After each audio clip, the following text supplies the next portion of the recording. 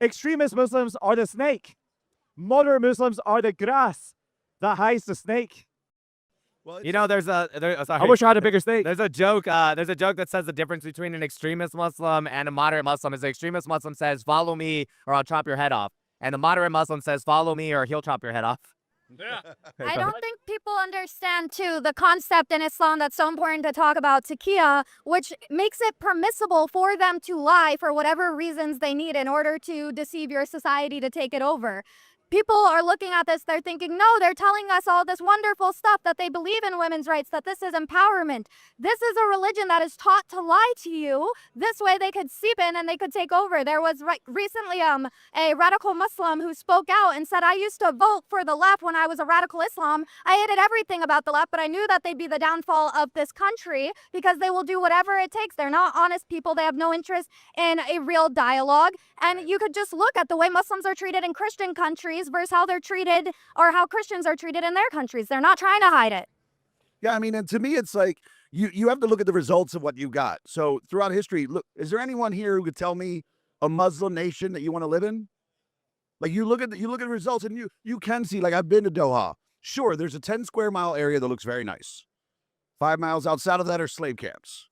5 miles outside of that, people are being trafficked. It's one of the human trafficking capitals of the world. And the reason why it's able to exist in a place like that is because that's permissible under Islam. That stuff is okay. It's so funny when you see them talk about, a good example is the Epstein list. They were like, there's no Muslims on the Epstein list. It's like, yeah, because back at home in your countries, you get to fuck kids. So you don't need to be on the Epstein list. Your country allows you to do that. Your God allows you to do that.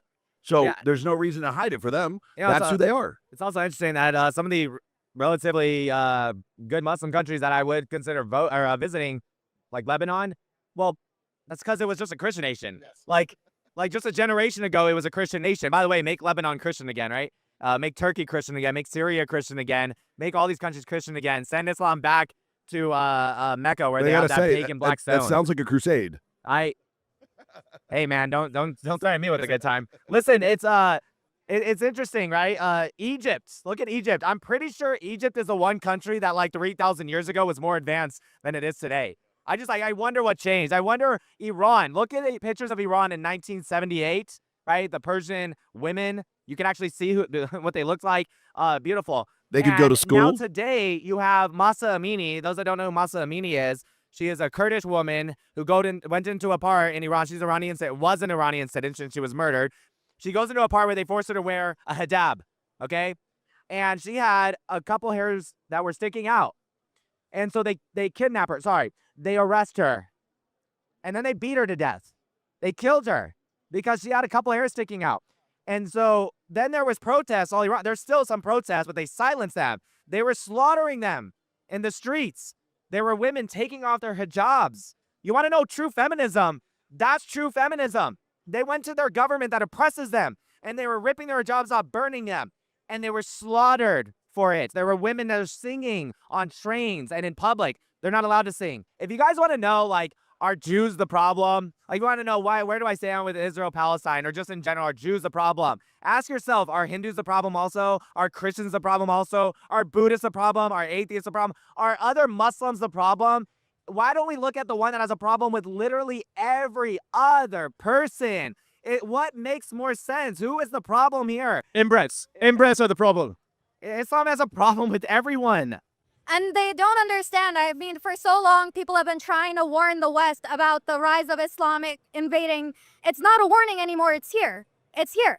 I don't understand how people don't see this, where in Europe, they've had to cancel Christmas concerts, Christmas markets, because they were worried that in a Christian nation, Islam was going to come and attack it. We all saw what happened in Australia, shooting up a beach that took the lives of 15 people, including a 10-year-old little girl just trying to celebrate Hanukkah. That's right. It is here. And if you don't wake up, if you don't get prepared, these are not people who you could sit and have peaceful conversations with. Prepare yourself, because the government has proven time and time again, it is not here to protect you. It's up to you. That's right. How many of you guys heard the Bondi Beach shooting? How many of you guys heard that, I think a couple days after, they wanted to do it again? They were on their way to Bondi Beach, and luckily the Australian government caught them and arrested them. So these Islamists who murdered a 10-year-old girl, slaughtered 15 people, and then while they were mourning on Bondi Beach, the Jewish community, they were going to go do it again. That's who they are. Go, everyone, look up Dar al-Harb versus Dar al-Islam. Dar al-Islam it's a nation of Islam. It's where a country like Afghanistan is a Muslim country. Dar al-Harb, it translates to house of war. We in the West are the house of war to them. Not the house of non-Muslims, not the house of Christians, not the whatever. It is the house of war. That's what they consider us. And so luckily in America, we have two big pawns on both sides. When we hear about this Islamist stuff, it's like, oh yeah, I saw it in the news. I'm a veteran. My buddy Joy here is a veteran. Yeah, so maybe we have a little bit more experience, but usually it's something on the news, right? Countries over there, whether we're talking about Africa, whether we're talking about the Middle East, the MENA region, they'll tell you because it's right next door. But the reality is that Islam is just everything about it is incompatible with Western values. If you believe in Western values, if you believe, like I do, that the Constitution is one of the greatest inventions of modern history, the reality is that Islam cannot be compatible with it. The rules that we're meant to believe, we wrote it down. All men are created equal, and we meant women. Let's be real; everybody was created equal. But the reality is that Islam isn't compatible with that. You can't have a religion that exists. It's amazing to me that it even exists in 2025. That in 2025, you could have somebody come to a stage and say, I believe women are inferior. They deserve to be controlled. Children should be able to be married. Those concepts should not exist in modern day. But because we're so accommodating, because we're not willing to look at Islam and call them what they are, an evil cult, we're going to let them grow. Right, I'm gonna just talk with my normal voice. I'm from the UK. I am Korean, but I grew up in the United Kingdom. I'm very grateful to the United Kingdom. The United Kingdom has become the downfall of the UK has become a reality TV show for the rest of the world. And this is not fair.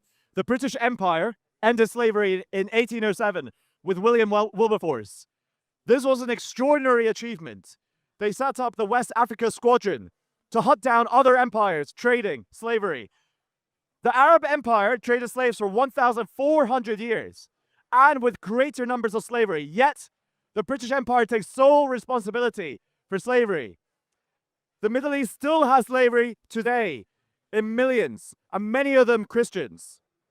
We must remember how great Enlightenment was. We must remember how incredibly grateful we are to the West. I am South Korean. Without 37,000 American soldiers who have died in the Korean War, it's even called a forgotten war. How shameful is that? Well, we haven't forgotten. We're very, very grateful. We owe so much to the West. Yeah, I mean, I'll take that. Yeah, it always goes longer than you want. The last thing, I think we also need to understand the way that the left is being used in all of this.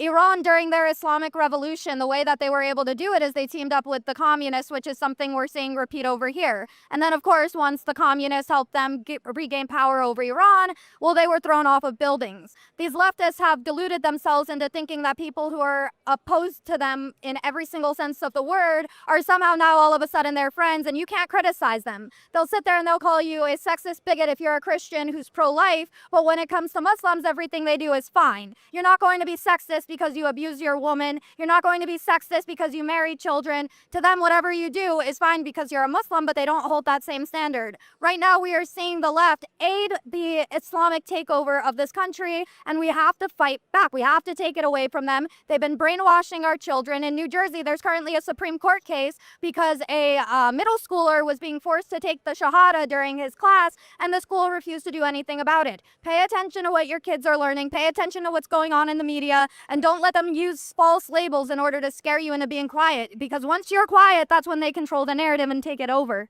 That's right. That's actually what Islamists do. And when I mentioned earlier Dar al-Islam versus Dar al-Harb, there's actually a third category that Muslims act. So Dar al-Harb is an area where Muslims are like maybe 25%, not majority, but they have a significant enough population to actually commit terrorist attacks and war.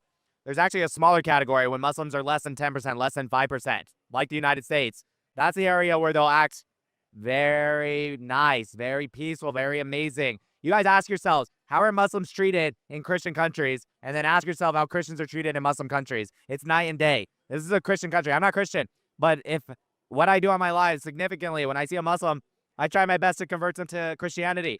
Converts the Muslims to Christianity. That's the best way. Islam is not going to go anywhere. I'll tell you, to answer your question earlier that you brought up, like, why is it that people just revert? They'll say revert to Islam, convert to Islam.